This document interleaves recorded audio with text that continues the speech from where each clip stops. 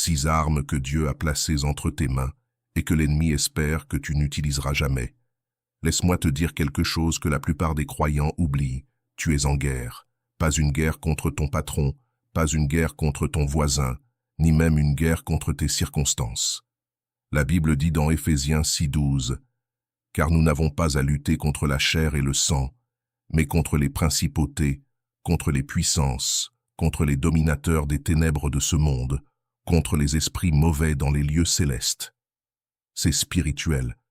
Cette anxiété qui surgit de nulle part, cette vague soudaine de découragement, cette tentation qui semble plus forte que ta volonté, ce murmure qui te dit que tu n'es pas suffisant, ce n'est pas un hasard. Et voici la partie que l'ennemi espère que tu ne comprendras jamais. Tu n'es pas sans défense. Dieu ne t'a pas envoyé sur un champ de bataille les mains vides. Il ne t'a pas sauvé pour ensuite te laisser exposer. Il t'a équipé, il t'a armé, il t'a donné du pouvoir. Le problème n'est pas que les croyants manquent d'armes. Le problème, c'est que beaucoup ne savent pas comment les utiliser. Si ce message fortifie ton esprit, abonne-toi et continue de marcher avec nous chaque jour. Il y a des attaques que l'on ne gagne pas en courant plus vite, mais en restant ferme derrière ce que Dieu a déjà promis. Certains d'entre vous se battent avec leurs émotions, alors qu'ils devraient se battre avec autorité. Certains essaient simplement de survivre, alors qu'ils ont été conçus pour vaincre. L'ennemi prospère dans l'ignorance. Mais aujourd'hui, cela s'arrête. Aujourd'hui, tu vas voir les armes que Dieu a déjà placées entre tes mains. Et lorsque tu comprends ce que tu portes, la peur commence à perdre son emprise. Tu n'es pas une victime des ténèbres, tu es un porteur de lumière. Tu ne fais pas que tenir bon, tu es plus que vainqueur. Romains 8:37 dit « Mais dans toutes ces choses, nous sommes plus que vainqueurs par celui qui nous a aimés. » Pas peut-être, pas un jour, maintenant. Et si aujourd'hui tu cessais de te voir comme quelqu'un d'impuissant et que tu commençais à reconnaître ce que Dieu a déjà placé entre tes mains? Commençons avec la première arme, celle que Jésus lui-même a utilisée lorsque l'enfer a tenté de le confronter face à face. Numéro 1, la parole de Dieu, l'épée de l'esprit. Écoute attentivement.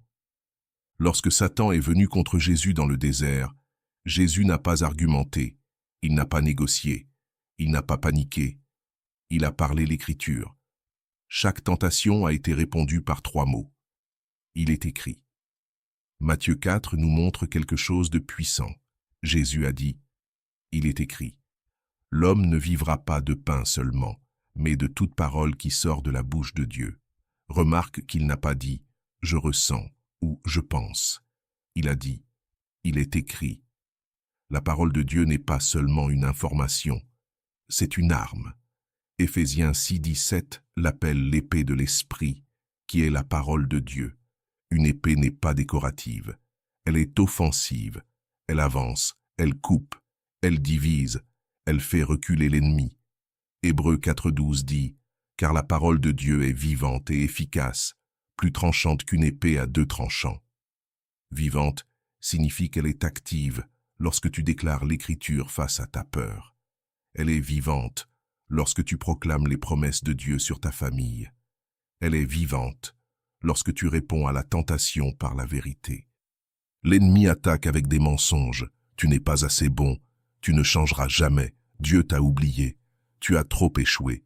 Et si tu ne connais pas la parole, ces mensonges commencent à ressembler à la vérité.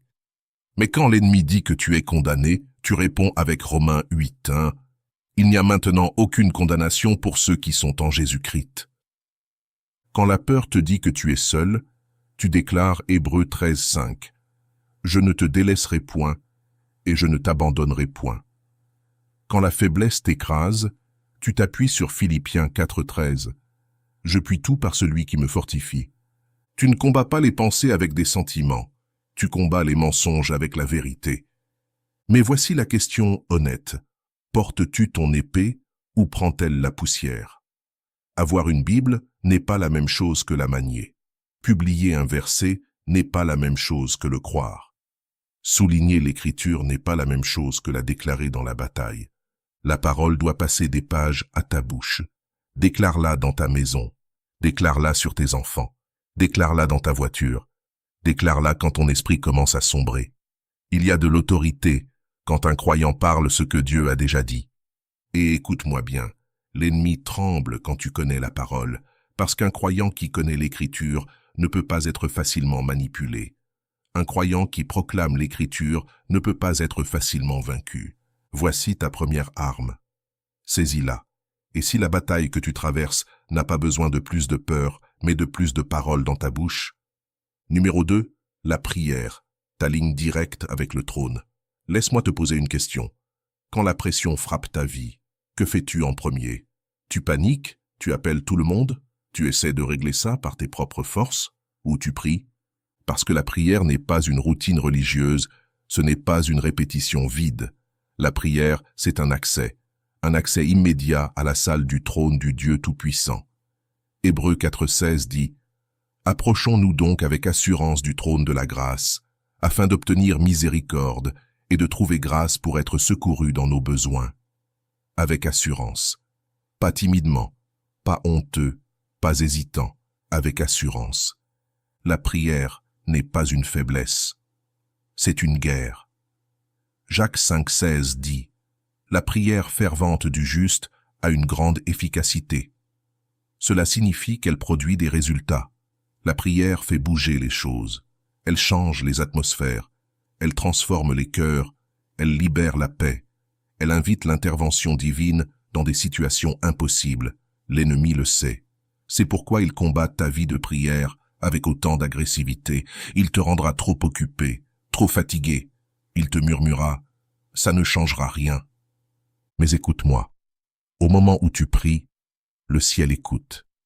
Philippiens 4, 6 à 7 dit « Ne vous inquiétez de rien, mais en toute chose, faites connaître vos besoins à Dieu par des prières et des supplications avec des actions de grâce, et la paix de Dieu, qui surpasse toute intelligence, gardera vos cœurs et vos pensées en Jésus-Christ. » Tu as saisi? La prière ne change pas seulement les circonstances, elle garde ton esprit. Certains d'entre vous combattent l'anxiété alors qu'ils devraient combattre dans la prière. Certains portent des fardeaux que Dieu ne leur a jamais demandé de porter. 1 Pierre 5,7 dit « Déchargez-vous sur lui de tous vos soucis, car lui-même prend soin de vous. » Pas une partie, tous. Quand tu pries, tu déclares ta dépendance. Et dépendre de Dieu, ce n'est pas une faiblesse, c'est une force. Jésus lui-même priait constamment. Si le Fils de Dieu avait besoin de prier, qu'est-ce qui nous fait penser que nous pouvons survivre sans cela? La prière est l'endroit où les stratégies sont téléchargées. La prière est l'endroit où la force est renouvelée. La prière est l'endroit où la peur meurt. Tu n'as pas besoin de mots élégants. Tu as besoin de foi. Tu as besoin de sincérité. Tu as besoin de constance. Commence ta matinée par la prière. Termine ta journée par la prière. Murmure des prières au milieu du chaos. Parce que lorsque tu pries, tu ne parles pas en l'air. Tu parles avec le roi. Prends cette arme, utilise-la chaque jour. Et si la paix que tu recherches ne vient pas quand tout s'arrange, mais quand tu reviens au lieu de prière, écris dans les commentaires « Seigneur, apprends-moi à prier avec foi ». Ce que tu fais en secret devant Dieu peut transformer ce que tu affrontes en public devant le monde. Numéro 3, la foi, le bouclier qui arrête le feu. Parlons maintenant de quelque chose qui stoppe l'ennemi net, la foi. Éphésiens 6,16 dit « Prenez surtout le bouclier de la foi, avec lequel vous pourrez éteindre tous les traits enflammés du malin. » Pas certains, tous. L'ennemi n'attaque pas seulement avec un mal évident. Il envoie des flèches enflammées, des pensées, des peurs, des doutes, des accusations. Tu vas échouer. Cette situation ne changera jamais. Dieu ne viendra pas cette fois. Tu es allé trop loin. Ce sont des flèches enflammées. Et sans foi, elles brûlent. Hébreux 11:1 dit « La foi est une ferme assurance des choses qu'on espère, une démonstration de celles qu'on ne voit pas. » La foi signifie que tu fais confiance à Dieu même quand tu ne vois aucune preuve. La foi signifie que tu tiens ferme quand les circonstances semblent contredire la promesse. La foi signifie que tu crois la parole de Dieu plus que tes émotions. Dans la guerre romaine, le bouclier couvrait tout le corps. Quand les soldats les unissaient, ils devenaient presque impénétrables. C'est ce qui fait la foi. Elle bloque ce que l'ennemi essaie d'allumer dans ton esprit. Quand la peur dit que tu es seul, la foi dit « Dieu est avec moi ». Quand le manque dit que tu n'y arriveras pas, la foi dit « Mon Dieu pourvoira à tous vos besoins ». Philippiens 4,19. Quand la faiblesse dit que tu ne peux pas tenir, la foi dit « Le Seigneur est ma force ». Psaume 28, 7. La foi, ce n'est pas prétendre que tout est parfait. La foi, c'est choisir de faire confiance à un Dieu parfait dans des circonstances imparfaites. Romains 10, 17 dit « La foi vient de ce qu'on entend, et ce qu'on entend vient de la parole de Dieu. » Tu fortifies ton bouclier en te nourrissant de la parole.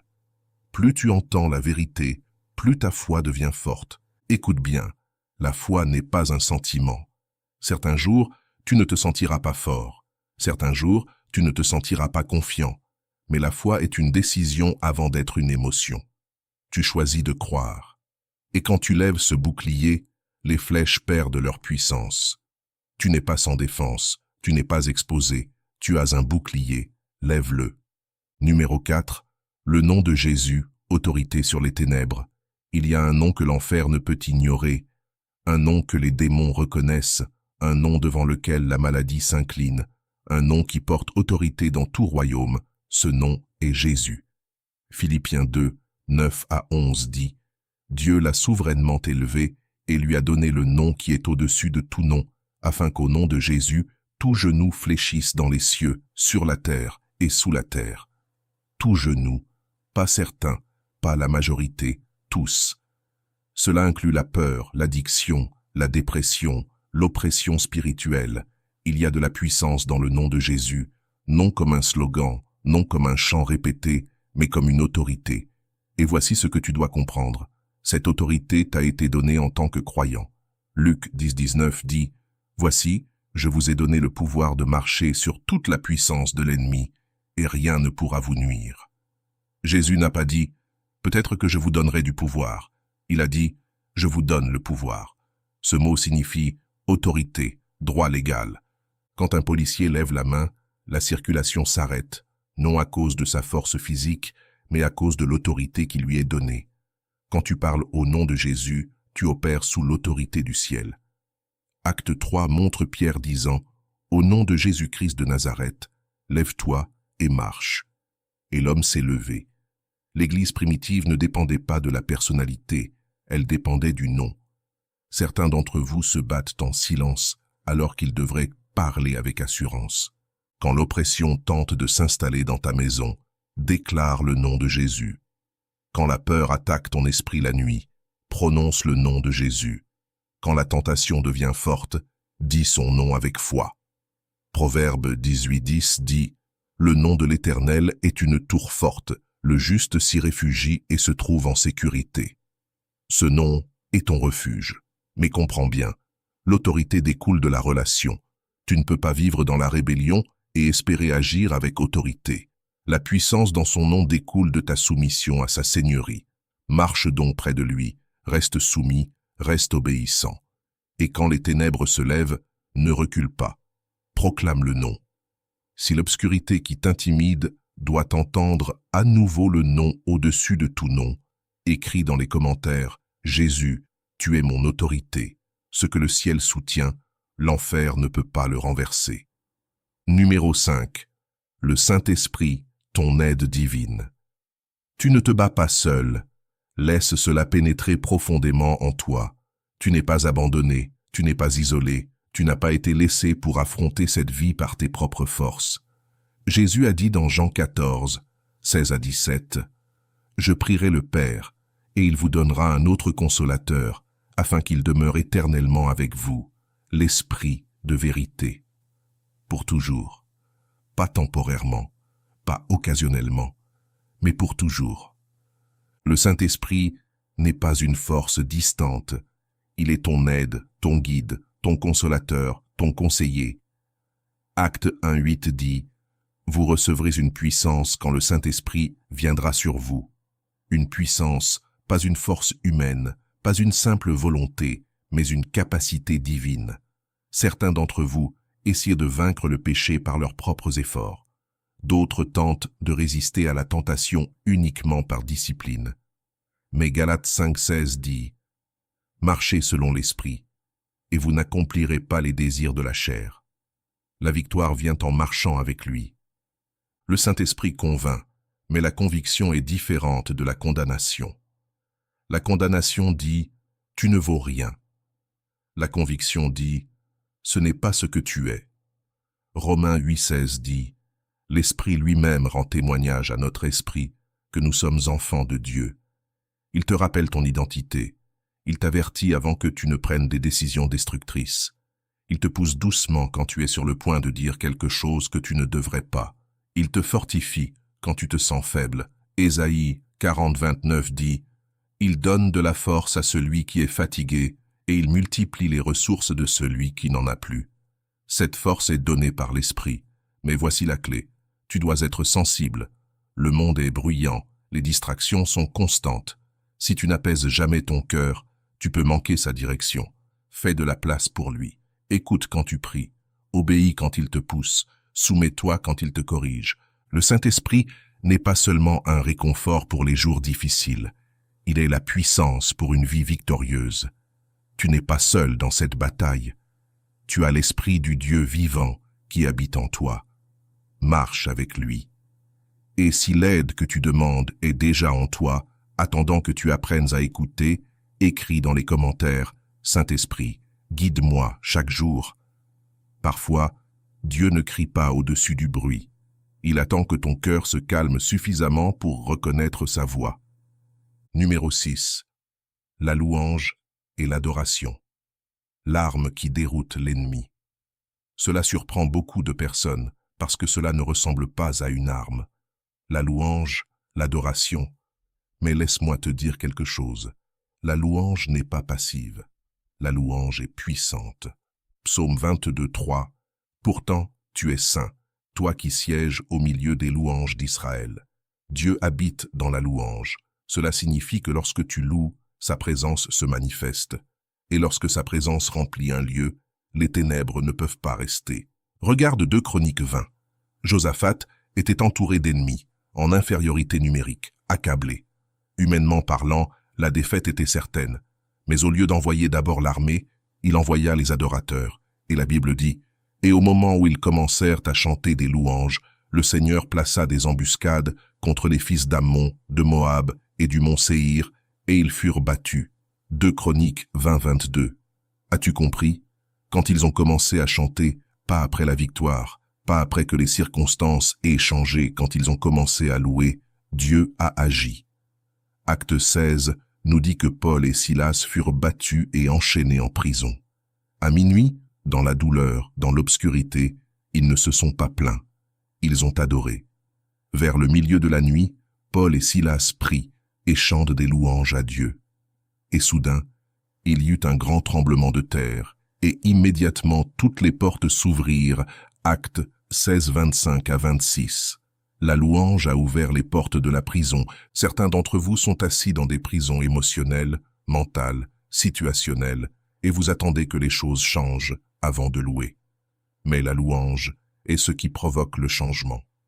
Psaume 8.2 dit que Dieu établit la force et réduit l'ennemi au silence. La louange fait taire l'accusation, fait taire le désespoir et change ton regard du problème vers celui qui pourvoit. Quand tu loues au milieu de la douleur, tu déclares « Dieu est toujours bon ». Quand tu adores dans l'incertitude, tu déclares « Dieu est toujours fidèle ». Quand tu lèves les mains au cœur de la tempête, tu déclares « Dieu a toujours le contrôle ». Cela déroute l'ennemi parce qu'il s'attend à ce que tu t'effondres sous la pression, pas à ce que tu adores au travers d'elle. Hébreux 13.15 dit « Offrons sans cesse à Dieu un sacrifice de louange ». Parfois, la louange est un sacrifice. Parfois, tu n'en auras pas envie. Mais lorsque tu choisis d'adorer malgré tout, les chaînes commencent à se relâcher. Fais de ta maison un lieu d'adoration. Remplis ton atmosphère de louange. Que la gratitude soit plus forte que ta peur. Ce n'est pas une émotion exagérée, c'est une guerre spirituelle. Ouvre ta bouche, loue-le Si tu veux continuer à grandir dans cette vérité, abonne-toi et marche avec nous sur ce chemin de foi. Ce qui ressemble à un champ sur la terre peut devenir une stratégie de guerre dans le ciel. Conclusion. Prends tes armes. Écoute-moi attentivement. Tu n'es pas sans défense. Tu n'es pas faible. Tu n'es pas à la merci de chaque attaque qui vient contre toi. Dieu t'a équipé. Tu as la parole, l'épée qui tranche les mensonges.